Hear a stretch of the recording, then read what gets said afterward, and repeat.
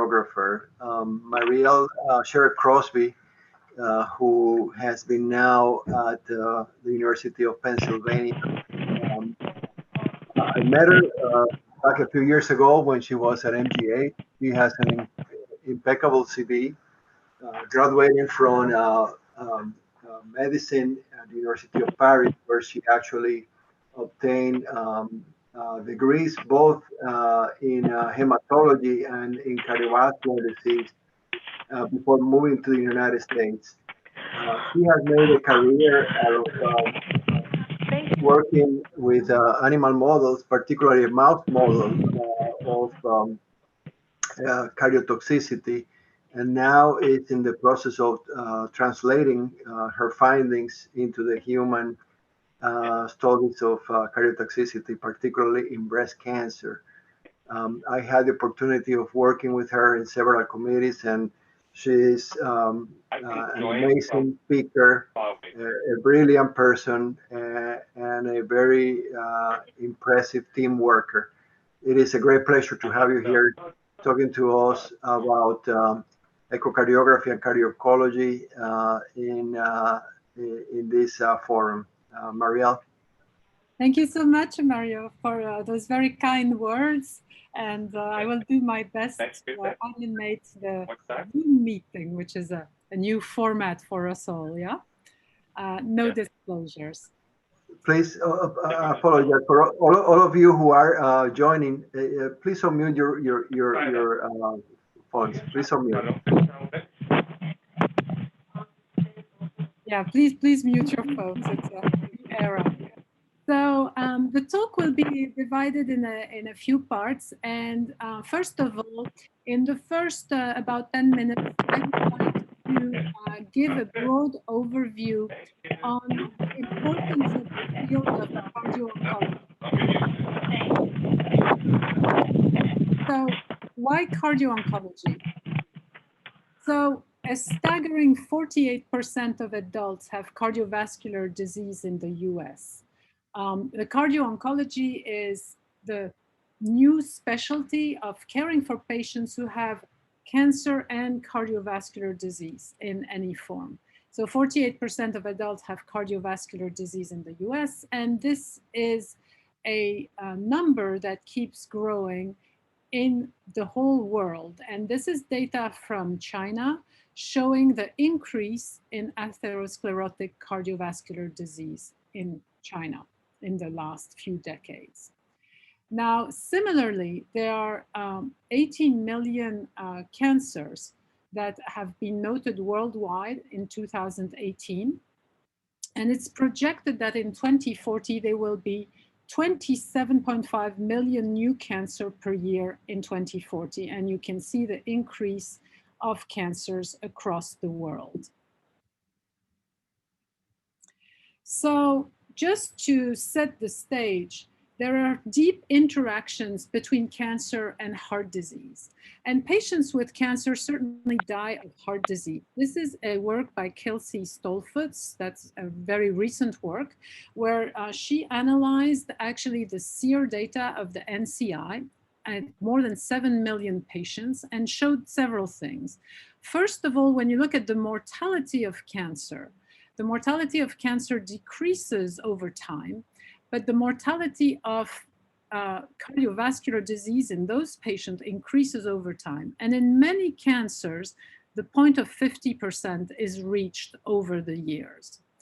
Also, the patients who have cancer die more of cardiovascular disease than their counterparts adjusted for age, gender, race, who do not have cancer. And you can see that here, this is especially noteworthy in cancers such as lung cancer. Compared to the standardized group, you have a very sharp increase in cardiovascular mortality ratio in those patients with cancer. Overall, patients with cancer have a 2.2-fold risk of having cardiovascular mortality compared to the average population. Recently, there was also shown that patients with heart disease are more prone to cancer. And this is actually in abstract form. It hasn't been published yet, but Emily Lowe from MGH with Jennifer Hall showed at the AHA last year that patients who have an atherosclerotic cardiovascular disease risk from the AHA-ACC 10-year risk of more than 20% do have much higher incidence of cancer than patients who have a lower risk. A 3.5-fold higher risk of cancer in high versus low EACVI score. And that was independent of age, gender, hypertension, and smoking. So age is a common thread to both diseases, trying to find connections between cancer and heart disease. You can see here that the cancer incidence does increase with age, and until you reach a very advanced age with obviously which you have survived without cancer. Similarly, the incidence of cardiovascular disease increases by age, and age is an independent risk factor than obesity and other cardiovascular risk factors. And I would like to, in the next 2 minutes, show you some very interesting recent data that has implicated age, both in cardiovascular disease and in cancer incidence.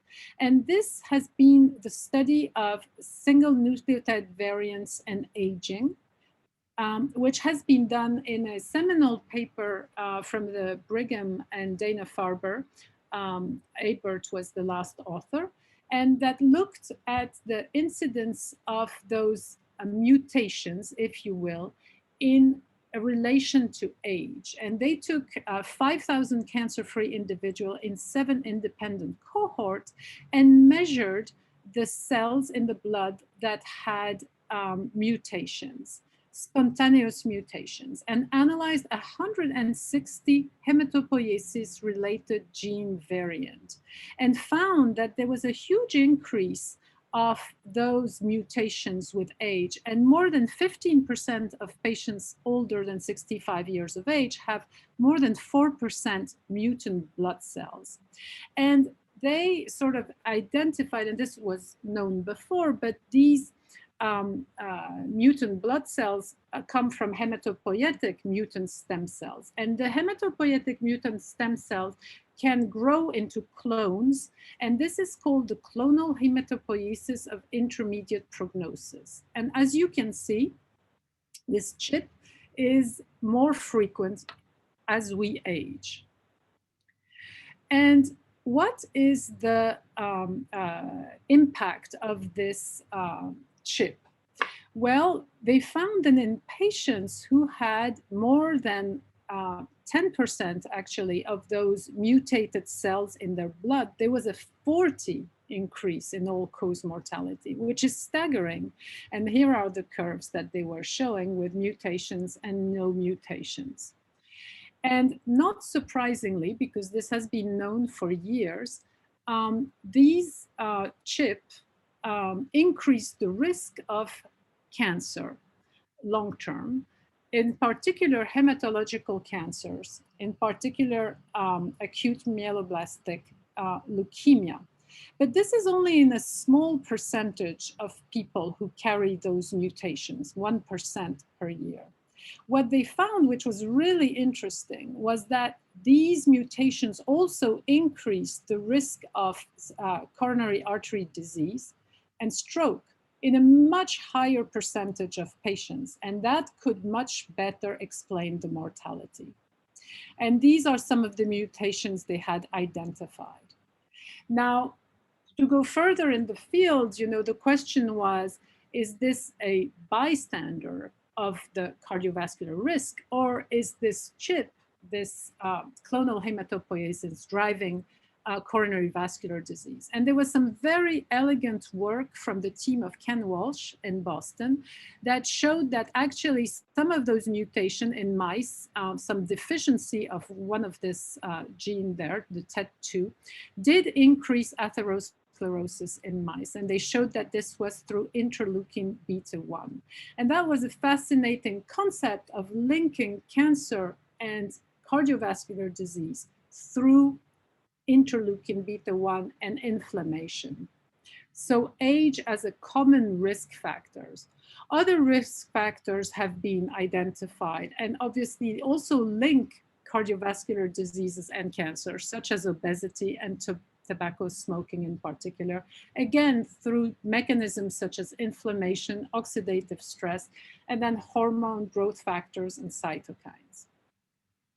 So last two slides that I want to show you to show the importance of the cardio-oncology field is that cancer survivors, which are more and more prevalent because of the improvement in diagnosis and treatment of cancers, are especially at risk. And the estimated number of cancer survivors will be above 18 million very soon. And the projections of the NCI is that 2 million of those patients are at risk of cardiotoxicity from their cancer treatment. So that's another reason why heart disease is associated with cancer. And here I have modified a slide that Javid Moslehi, who has done a lot of work in this field, originally put in, looking at all the drugs that have cardiovascular effects. And you can see that some of them are very well known, like the anthracyclines, but all the newer drugs also are accompanied by cardiovascular effects, and therefore more and more patients may be at risk. So moving on to the second part of my talk, which is the role of echo in cardio-oncology. And we can identify 5 different ways that echo can help cardio-oncology. It's really a cornerstone of this discipline. First of all, patients who have a cancer impacting the cardiovascular system, that's quite a small portion of the patients that a cardio-oncologist would see, but still. Patients who have cardiovascular disease and then develop cancer, patients who have received a cardiotoxic treatment and developed cardiovascular complications, and patients who will receive a cardiotoxic treatment. And I will briefly go through through all those points.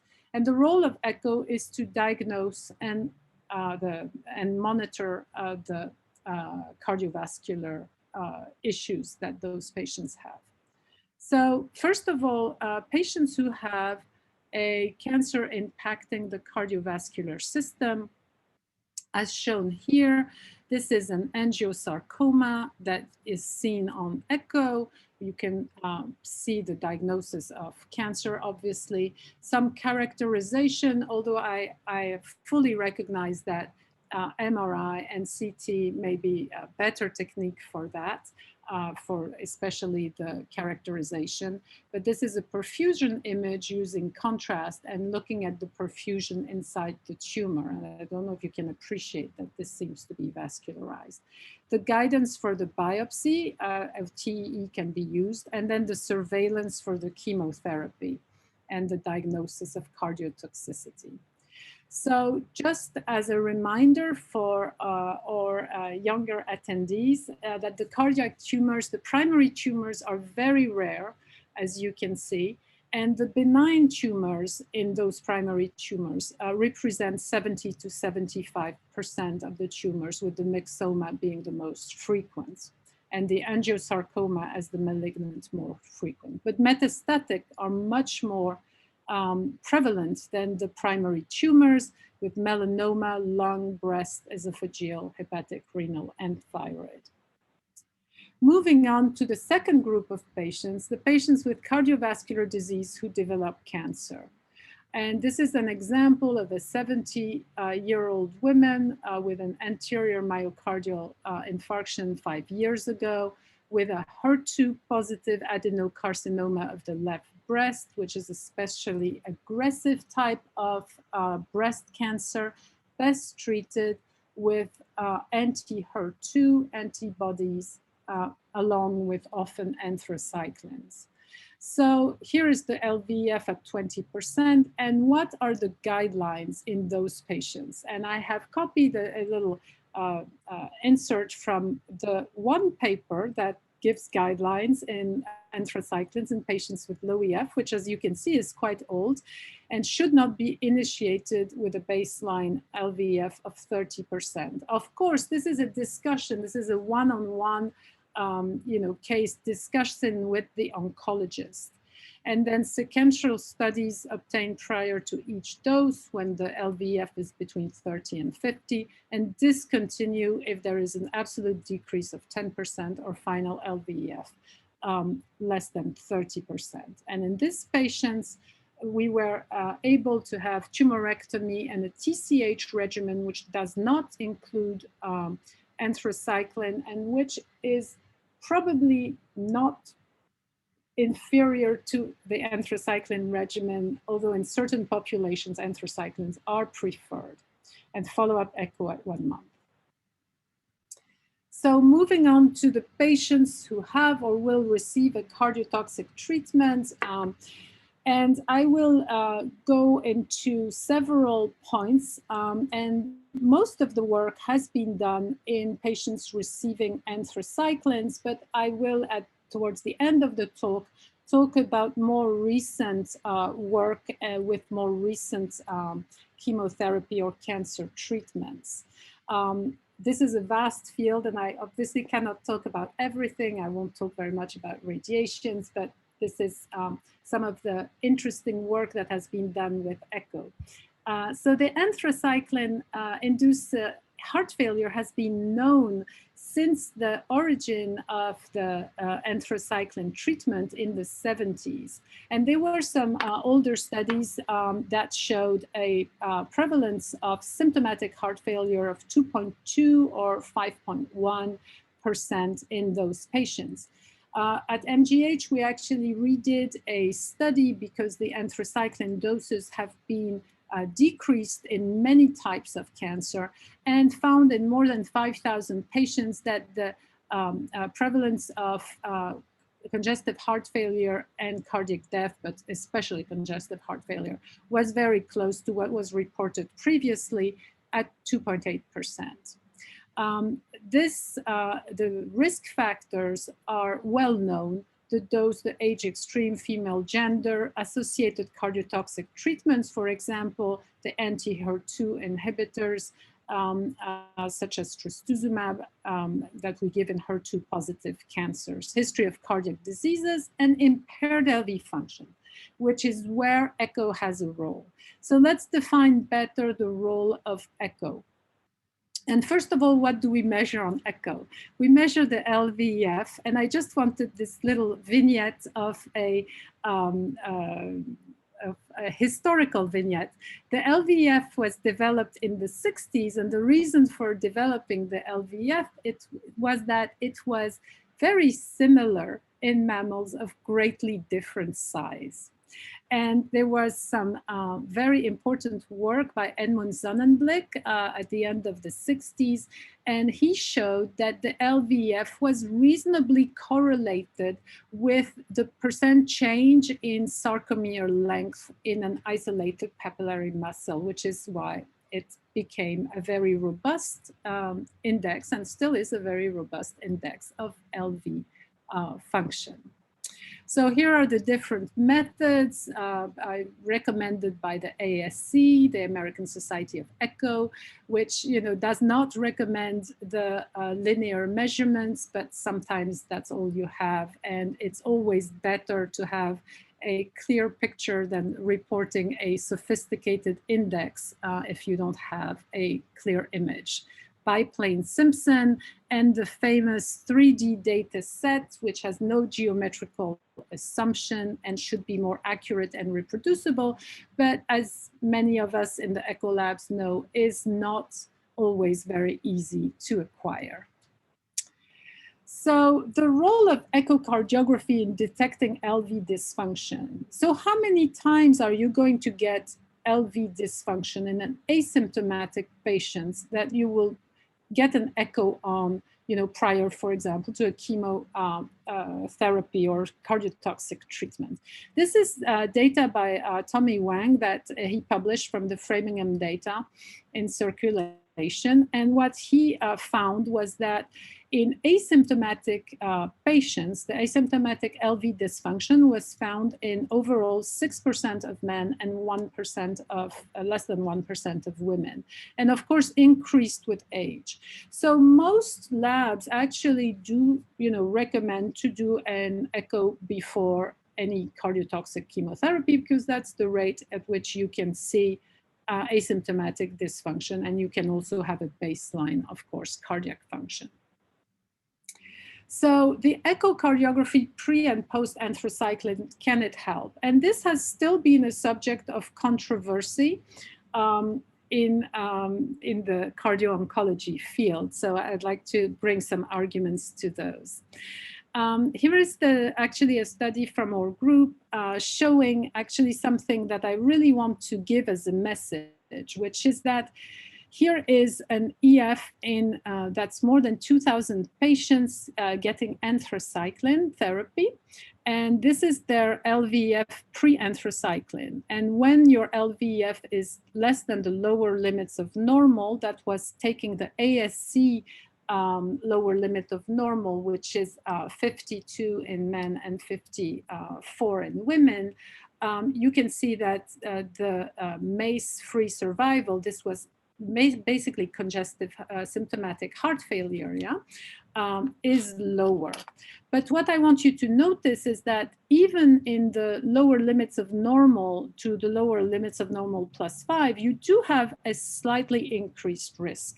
And that brings me to the point that you mustn't get hung up on one number. This is a big study showing in breast cancer patients with anthracycline and trastuzumab, showing actually the value of the EF in different proportions, if you will. And you can see here, that's the baseline LVEF, and post-anthracycline LVEF, you can see that the patients who have EFs from 50 to 54 have an increased risk of cardiac events in this large study of breast cancer patients. So what I'd like to give as a message, and this was a paper from Connie Tsao from the Framingham data, a more recent paper, is that you consider LVEF as a continuous variable, and consider that the prognostic value of LVEF should be taken as a sort of range of LVEF, if you will. And if your LVEF is close to 50%, you probably have a slightly increased risk of cardiac events after cardiotoxic treatment, or even in the general population, such as here. So what are the limitations of LVEF? Well, there is an obvious lack of sensitivity of LVEF, certainly in the population of patients treated by chemotherapy. This is a study by Daniela Cardinale, who has done a lot of work on patients treated with anthracycline and biomarkers. In this study, she studied more than 2,000 patients, had a rate of 9% of cardiotoxicity, which she defined as an LVEF of less than 50% in those patients. And that was the overall evolution of the LVEF after anthracycline. And even by monitoring this LVEF every 3 months, and putting the patients, as soon as their LVEF was decreased, on a treatment with ACE inhibitors and or beta blockers, you can see here that there were 11% of patients who had totally reversible LVEF decrease, 71% partially reversible, and 18% irreversible. And just to make sense, you can see that this was very correlated to the rate of cardiac events. It was not just a decrease in LVEF. So LVEF is not very sensitive, because even if you measure it very regularly, there is still a fair proportion of patients who are not responding to the treatment. One of the possible reasons is that the LVEF, anyway, by biplane Simpson, is quite variable. And you can see here an older study from Otterstadt that shows that the variability is around 8.5%. More recent studies by Dinesh Tavandiranathan, who has done a lot of work in the field of cardio-oncology, shows the variability in patients taking chemotherapy is actually quite high for all types of LVEF, biplane and contrast, that's triplane and contrast. And in this study, he showed that the 3D EF had less variability than all these other measurements of LVEF. The minimum difference that detected by 2D LVEF was about 10%, which is high when you know that the definition of cardiotoxicity is often a decrease of 10%. So the other limitations of LVEF, which are familiar to all of us, and there was this interesting editorial by Marcus Konstam in 2017, was this LVEF is dependent on LV size and on load. And especially in dilated left ventricles, you can see that the LVEF is much lower than for the same output than in non-dilated hearts. So this is another limitation. So this brings me to discuss a bit the concept of strain. And many of you may be familiar with this concept, but I will still go and talk a bit about this since there has been so much work on strain and echocardiography in a variety of pathologies, as shown by this number of papers published on strain, which keeps increasing. So for those of you who are not familiar with strain, the strain is a measure of deformation of a solid object, such as a segment of myocardium, in response to an applied force or stress. And this can be Lagrangian or not Lagrangian or natural, but we in the echo world are measuring the Lagrangian strain, which is basically the length of the segment at time t minus the length at time 0 and divided by the length at time 0. So basically the difference of length on the length. So what are the advantages of strain compared with the left ventricular ejection fraction? And for that, we have to think a bit about the physiology of the heart. And the heart is a bundle of fibers which are oriented longitudinally in the subendocardial layer and then wrap around circumferentially in the mid-myocardium and then again go longitudinal in the epicardial layer. And this results in a very complex twisting motion that you can see sort of illustrated here. And this motion can be sort of separated in different vectors, the circumferential part, the longitudinal part, and the radial component. Now, the LVEF is a change in LV volume, as we all know, and this is mainly due to the radial component and therefore mainly looking at the circumferential fibers. The strain, conversely, can be a bit artificially separated in the longitudinal portion, the circumferential and radial components. So it gives you a more comprehensive analysis of the myocardium, and the longitudinal strain actually can look more closely at the subendocardial layer, for example, since the fibers are longitudinal. Can also decrease the influence of LV geometry, but I will not go into that. So detect, in theory, earlier changes than EF. There are two other parts that I want to very quickly go into. There's a technical advantage, although now there is a new method of measuring strain, which doesn't really take into account this. But when you measure strain throughout the myocardial thickness, you analyze multiple data points with a best fit analysis, and this is less prone to variability than taking just a measure of systole and diastole. And only one measure. And then, of course, there is the idea that you can analyze the spatial strain, the regionality, and then the temporal strain. you can analyze the timing of the different events, and this is well known to be more sensitive than just taking the end systole and diastole. There might be a delay in reaching the end systole, which is more sensitive to detect, again, early changes. So going back to the chemotherapy. So this has been known for a long time now, and Ganame was one of the first, and Ruxandra Yorka, they did some work on anthracyclines showing acute changes, and that was done at that time. Strain was measured by tissue Doppler, and they showed early changes after the first dose of anthracycline in children and also in adults. And then late changes also when the EF was back to normal in some cases, the strain rate or strain was still decreased in patients with chemotherapy. But what was the prognostic value of those changes? Were they meaningful at all?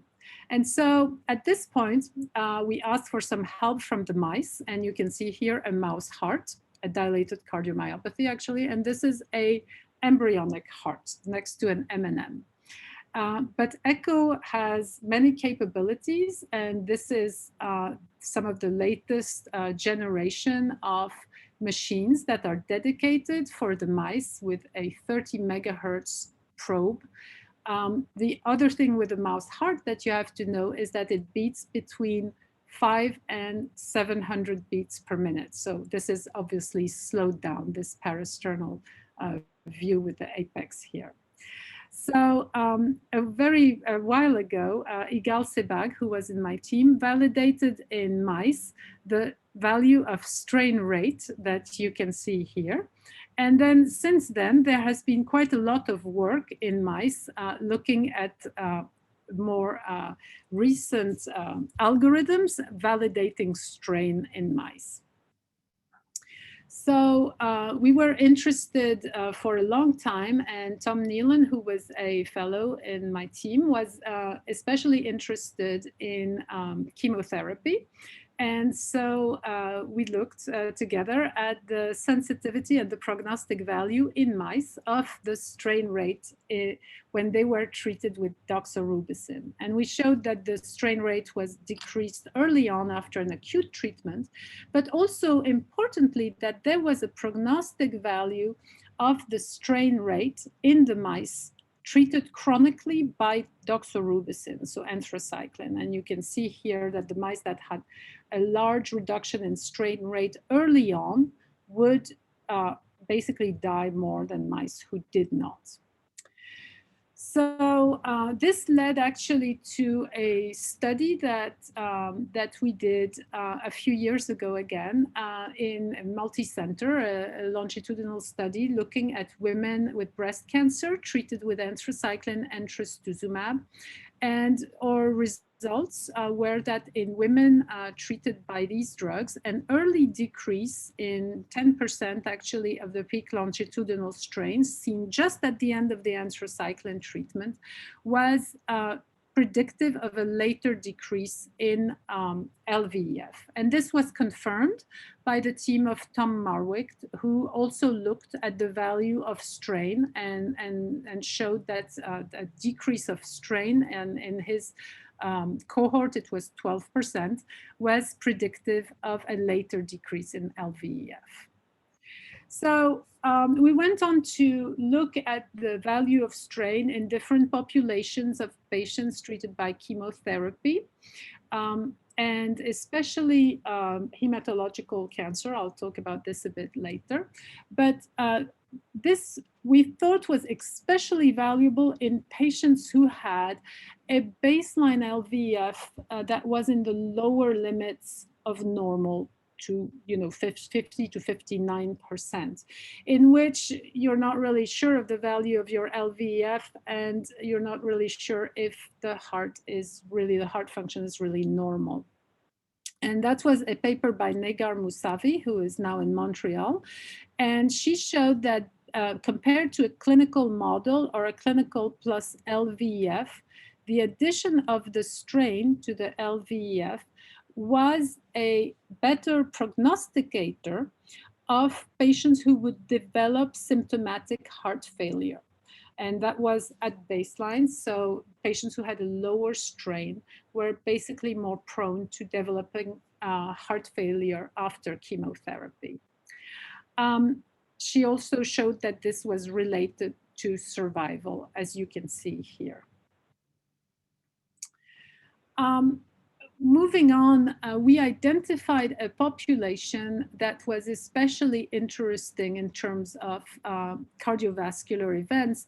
And now that I talked to you about the chip, you can see that maybe there are many relationships between acute leukemia and cardiovascular diseases.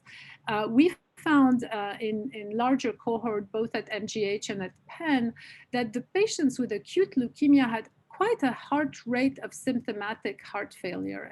And recently we have some colleagues in other hospitals who have confirmed that. We found a rate of 9% of symptomatic heart failure. And obviously this is not an easy population to study, and you have to adjudicate your events very carefully because those patients are very sick.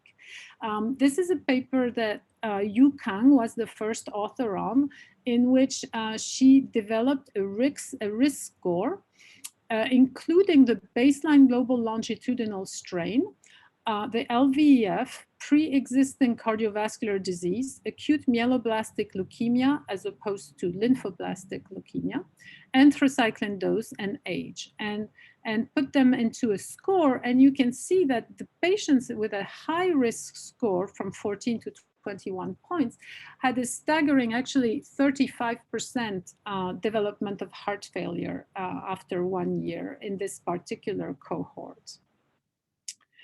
So again, that brings me back to the cancer and heart connection.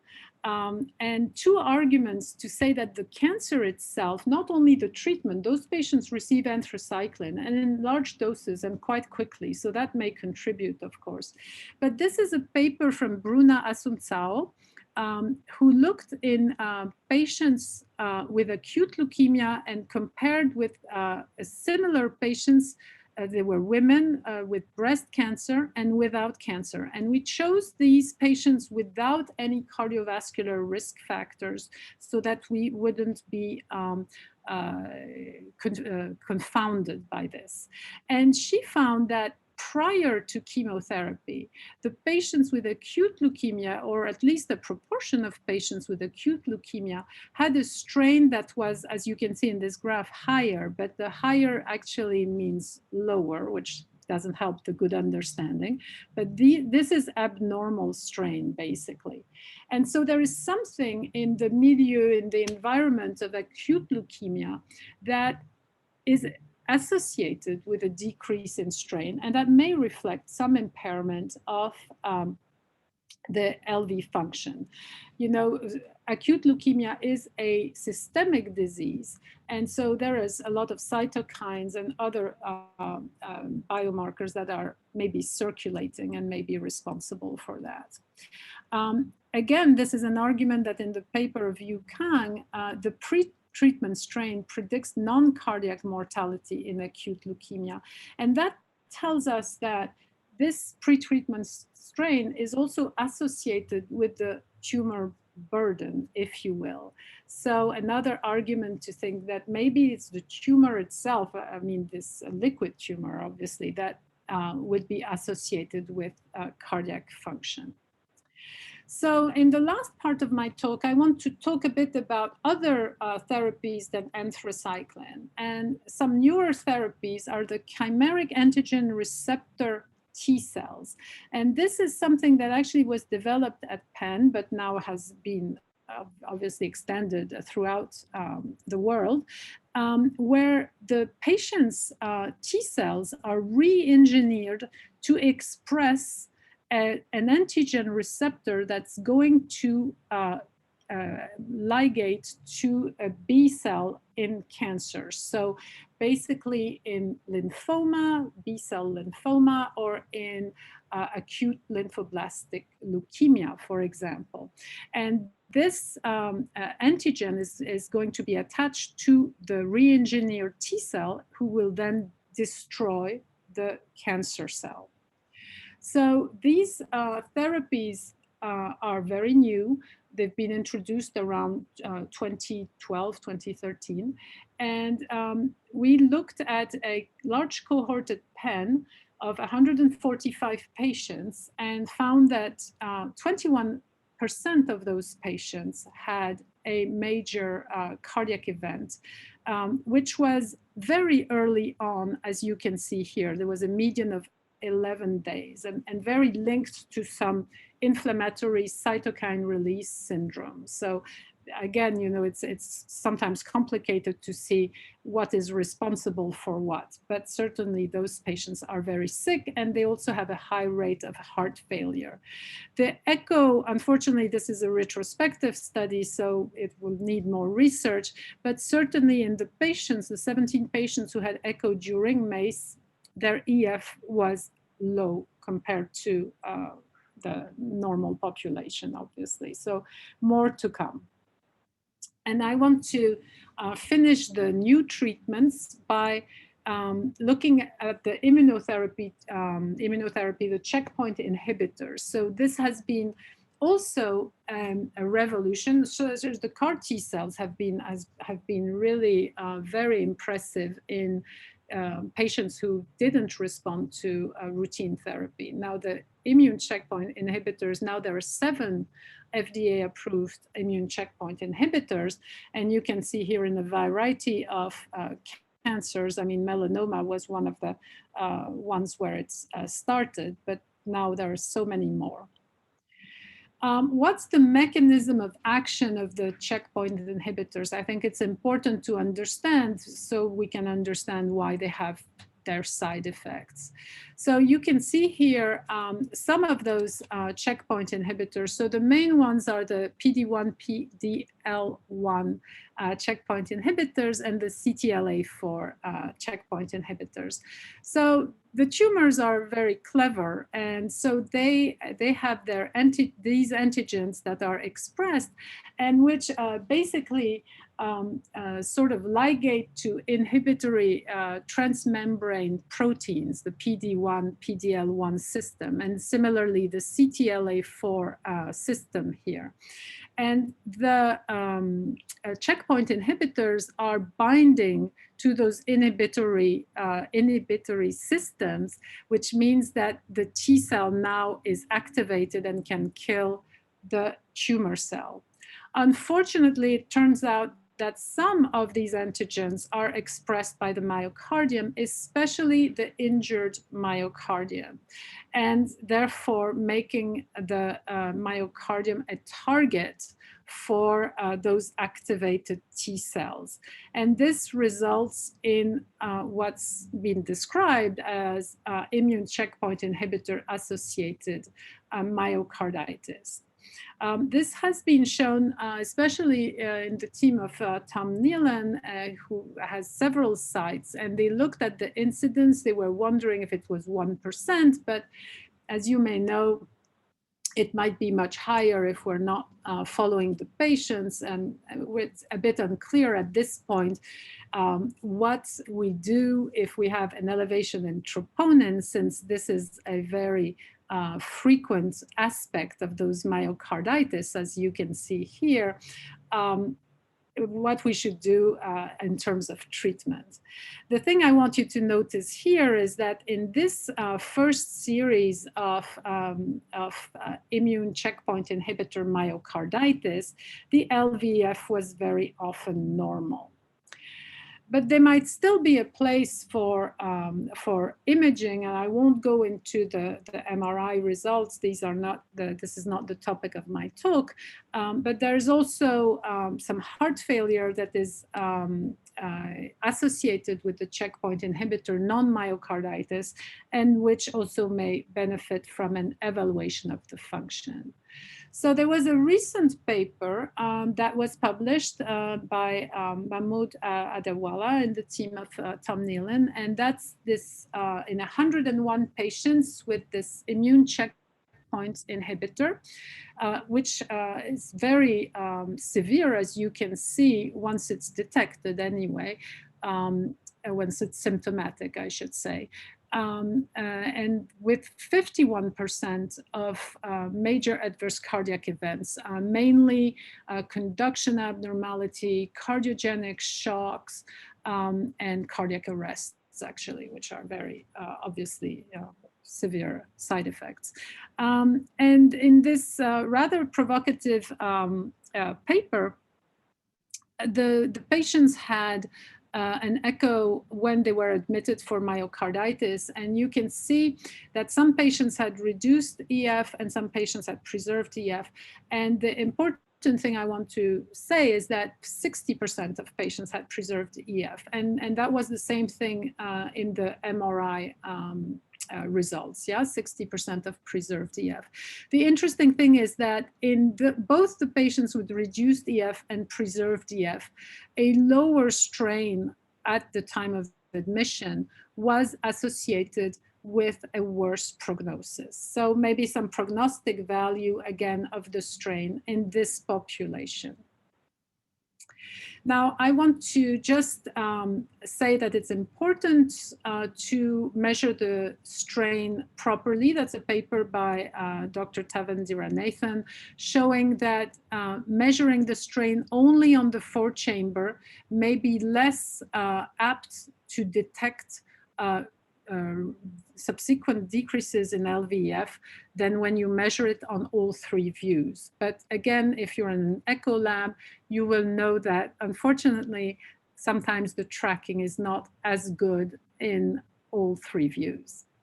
Just a word about 3D strain. Is it really an improvement? This is still unknown. You know, the 2D strain still has some issues in coming to clinical practice. So I think we're a bit far from the 3D strain. But this is interesting work from Bonnie Key, who is also at Penn, and who has done a lot of work in cardio-oncology, very interesting work. And she has a cohort of women with breast cancer that she's been following for years. And she's showing the difference between 3D LVEF and 2D LVEF in these women over time. And you can see there are some differences in 2D and 3D LVEF, showing the circumferential strain, again, doing 3D or 2D, and the longitudinal strain. And some value in particular in her cohort in the circumferential strain and the 3D LVEF, but the prediction is in the decrease in 2D LVEFs, which is less powerful, obviously, than a symptomatic event. What are the obstacles to get strain to clinical practice? Well, the strain measurement will only be as good as the tracking. And so be very careful in an echo lab not to spit out a number if the tracking is not good. And then what has really bedeviled the field is the lack of standardization that existed between the different machines. That was well identified by the ASE. And since then, the vendors have come together to try to sort of align their techniques. There are also some vendor-independent softwares that exist, but I want to point out the difficulty, which is that when you look at a vendor like GE and a vendor-independent like TomTec, when you look at the studies that have been reported, these are the normal values in GE, and then these are the normal values in TomTec with, of course, dependence on age. The strain decreases with age. And so you can go down to 14.8 in older men, for example. So difficulties in really having a normal value. So I would like in the last 3 slides to show you how, in a way, you can include 3D strain and biomarkers. Well, I won't go into the biomarkers, but certainly the strain, according to different associations. And this is an expert consensus from the ASE and the European Association of Cardiovascular Imaging from 2014, directed by Juan Carlos Plana. And basically, this was a big committee. So what we had a consensus on was that if you wanted to start a regimen potentially associated with what we call type 1 toxicity, which was mainly anthracycline, and the LVEF or the global longitudinal strain were less than the lower limits of normal. And so that had 2 stars because refer to a table for normal GLS values, so it's not very easy in practice, or positive troponin cardiology consultation, which was obviously not giving too much guidance, but that really there is not many studies to help us make a decision based on strain at this point. There are studies that are ongoing, such as the one from Tom Marwick, and we will see, but at this point, that's more or less where we are. The American Society of Clinical Oncologists reported some recommendations in 2017 and recommended that high-risk patients should be considered if they have high-dose anthracycline, radiotherapy, or cardiovascular risk factors, or older age or compromised cardiac function. And routine surveillance may be offered, and frequency should be determined by healthcare providers. So again, no consensus on when to do the surveillance of patients with chemotherapy treatments. 2 years ago, with Jennifer Liu and other members of the ACC Cardio-Oncology Council, we published a practical implementation of strain, and taking into account the recommendations of both the American Society of Echo and the American Society of Oncologists, with the initiation of potentially cardiotoxic cancer therapy, trying to get a baseline echocardiographic evaluation, 2D, 3D preferred, global longitudinal strain. And that's where I think it's especially interesting in those patients with EF to the lower limits of normal.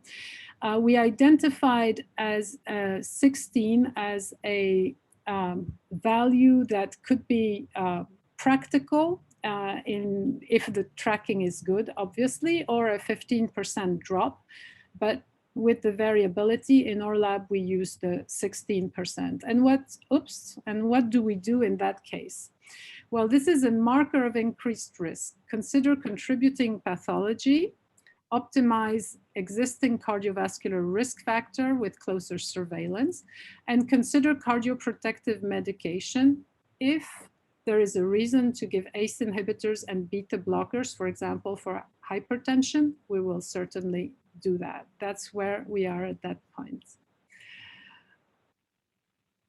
Just as my last conclusion slide, some new indices which are especially exciting in the echo field. Here is, for example, work from Otto Smithset in Oslo. And he is looking at the regional pressure-strain relationship, which is a bit like the pressure-volume relationship, if you will, looking at the work in different regions. The advantage with the pressure-volume relationship is that you can have the regionality. And what he showed is that this pressure-strain area, if you will, is related to the stroke work, which itself is related to the metabolism. So he found that this was an interesting way of looking at the metabolism of the myocardium in different regions. And very recently, there has been development of a very high frame rate echocardiogram with which you can look at elastography, which is a technique that has been done, for example, to determine whether an organ, a non-moving organ until now, is fibrotic or not. And this has been applied very recently to the heart and looking at fibrosis in a variety of pathologies. So very exciting new indices. They haven't been applied at all in the cardio-oncology world, but we will see in the future. So the take-home message is that echo and cardio-oncology, there are deep connections between cancer and cardiovascular diseases. Echo is crucial. At the present, it's mainly used to characterize cardiac function. LVEF, 3D if possible, has a prognostic value and therapeutic implication. The strain is more sensitive than LVEF. The prognosis certainly seems to be higher than LVEF, but therapeutic implications, the trial needs to show that therapeutic decisions based on strain do improve outcome. And in future, will there be tissue characterization? This is really a future direction. This is my acknowledgement slide of all the team and collaborators who have helped me, and also the funding that has helped me through these years. Thank you very much. Thank you, Marielle, for such a wonderful and comprehensive presentation. You're one of the very few imaging experts that I know that can navigate so easily from basic science to translational to clinical research, as you've shown in this presentation here. And also thank you for acknowledging at the beginning of your talk the preliminary work of Ed Sonnenblick. As you may know, Ed Sonnenblick was a chief of cardiology at one of our hospitals, at the Weiler Hospital, for many years, where a lot of the really preliminary and landmark studies in drug therapy for heart failure started. I had one question. I also want to tell the members of the audience that are listening to this talk that you can ask questions using your Q&A or your chat function at the bottom of the screen if you are on Zoom. So the question that I have is, I am dumbfounded that we still follow a reference from 1987 to basically decide that patients with low EF have contraindication to anthracyclines. I'm particularly curious to know, first of all, how much data supports that recommendation, and B, is it the same to have a low EF due to ischemic cardiomyopathy from a low EF from a non-ischemic cardiomyopathy? Yeah, so those are great questions. So, so those recommendations were based actually on work that came from Yale mainly, and nuclear cardiologists. So on top of that, they're based on nuclear angiography. They're not based on echo.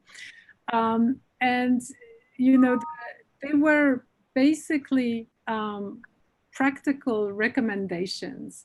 There was no, there was no clear threshold at which the patient would do worse or do better. And this was based on practical experience, if I may say.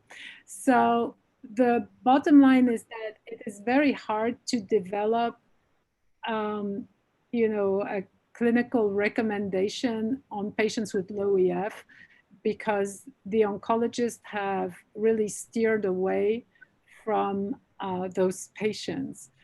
We discussed with other experts, we were trying to see if we were all in agreement with this very old recommendation. The fact is that we're trying, as cardiologists, we are very attuned to the need of the oncologists, and we tend not to deny the patient anthracycline unless the EF is really low. 30% is pretty low, so we have stuck to those recommendations in the group of experts that I know, at least. And ischemic versus non-ischemic, it's a very interesting question, but I do not think that there is a clear difference in that regard. So I'm going to read some of the questions from the audience. Lily Sang, who I think you met last year in Philadelphia. Lily has joined our faculty here and is Yes, leading the cardio-oncology program. absolutely. Hello, Lily.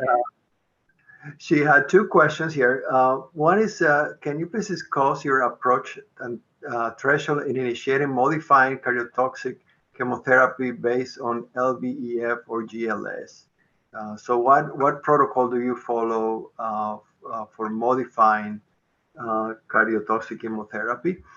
And the second question is, would you use similar surveillance procedures that you use in anthracycline therapy to monitor other high-risk targeted therapy or immunotherapy? So the first question, so what threshold do we use to modify the therapy? So for the trastuzumab, we have used until now what was developed in the UK and revised more recently, which is that patients who have an LVEF, so first of all, the surveillance of patients who have trastuzumab, as you know, on the insert is supposed to be every 3 months. This has been upended, especially with, it wasn't followed very closely before. And there was some interesting work from Anthony Yu at Memorial Sloan Kettering that showed that every 3 months in all patients was a bit of an overkill. So patients with no risk factors, you know, based on the Society of Clinical Oncologists recommendations, patients who wouldn't be at high risk, who wouldn't have cardiovascular risk factors, or oncologists usually follow them maybe every 6 months rather than every 3 months. The fact is, if the EF goes below 45%, 40 to 45%, we tend to interrupt trastuzumab. So depending, it's a case by case, you know, call. And patients who have very aggressive cancers, for example, we would go down to 40%. Patients who have, it's a discussion with the oncologists, basically. And then we would do an echocardiogram 1 month after. And if the EF is above this threshold, we would reintroduce the trastuzumab. Thank you. There's a question from Carlos Rodriguez, who leads our EPI program here in cardiology. And he points out that a lot of cardio-oncology has focused in the development of heart failure with reduced ejection fraction. What, if you know, is the incidence of heart failure with preserved ejection fraction following receiving cardiotoxic treatment? And how much could be possibly related to fibrosis from the cardiotoxic agents? Yeah, so that's a great question. So, you know, there's something very interesting that I want to point out. There's been a lot of work from Steve Lipschultz in children. And Steve Lipschultz with children taking anthracycline, for example, and he has described what he calls the Grinch syndrome, which is not what we see in adults, which is why it's so fascinating. He has described in children survivors then who have had anthracycline when their heart was still young and growing, that at adult age, they have a sort of infiltrative cardiomyopathy and decrease in ejection fraction. In the patients, the adult patients who receive anthracyclines, that's not the type of pathology that we see. We do see HFpEF. I have not noticed that we see it more than in the general population, although there are some arguments to think that it might be the case. I mean, anecdotally, I haven't seen that, but there are many arguments to think that the vascular effect of anthracyclines contributes quite in a large manner to the cardiotoxicity. So I wouldn't be surprised that the incidence of HFpEF would be higher than in the general population. But anecdotally, we've mainly seen the decrease in ejection fractions. Have you seen, I mean, do you have a large cardio-oncology population at Einstein? Have you seen much HFpEF? I mean, I would be interested in hearing. Well, we do have a high heart failure population here and a high number of patients with HFpEF. Not sure that we can really correlate it to new incident events in the chemotherapy patient, but I probably believe that as you pointed out, that there's a similar correlation between CAD and cardiac events and cancer. There probably is for heart failure with preserved ejection fraction and cancer. I'm curious to why we only talk about global longitudinal strain. You know, years ago we looked at different populations and different conditions, and we did find that certain pathologies, particularly hypertension, there is a gradual decrease in longitudinal strains and a compensatory increase in radial strain. So the ejection fraction is preserved by the shortening of the radial fibers or the radially oriented fibers, probably because of changes in wall stress as a ventricle remodel. Since many of these drugs that are given can also increase blood pressure in these patients, wouldn't be an issue to interpret changes in a strain when we have potentially changes in afterload? So I think there are two things. So you're right. There might be a sort of pressure overload effect on the longitudinal strain. But what we saw certainly in our cohorts is that there is also a decrease in the circumferential and in the radial strain. I mean, after all, the anthracyclines, whatever their mechanisms, you know, the topoisomerase 2 beta or the effect on mitochondria, it all leads to apoptosis. So you do have more than just the pressure overload, yeah? So certainly you find decreases in all the types of strain. One of the reasons I think, which is less physiological, why the longitudinal strain has been, you know, a good indicator is because its variability is lower in our hands anyway than the radial strain. Bonnie Key has found in her cohort that the circumferential strain was prognostic. We haven't found that, but she certainly has defended that point of view. So I would say that it's not only the longitudinal strain, yeah. We tried to look for the regionality because that seemed to be, you know, an interesting avenue. But I have to admit that the regional strain is very difficult to interpret.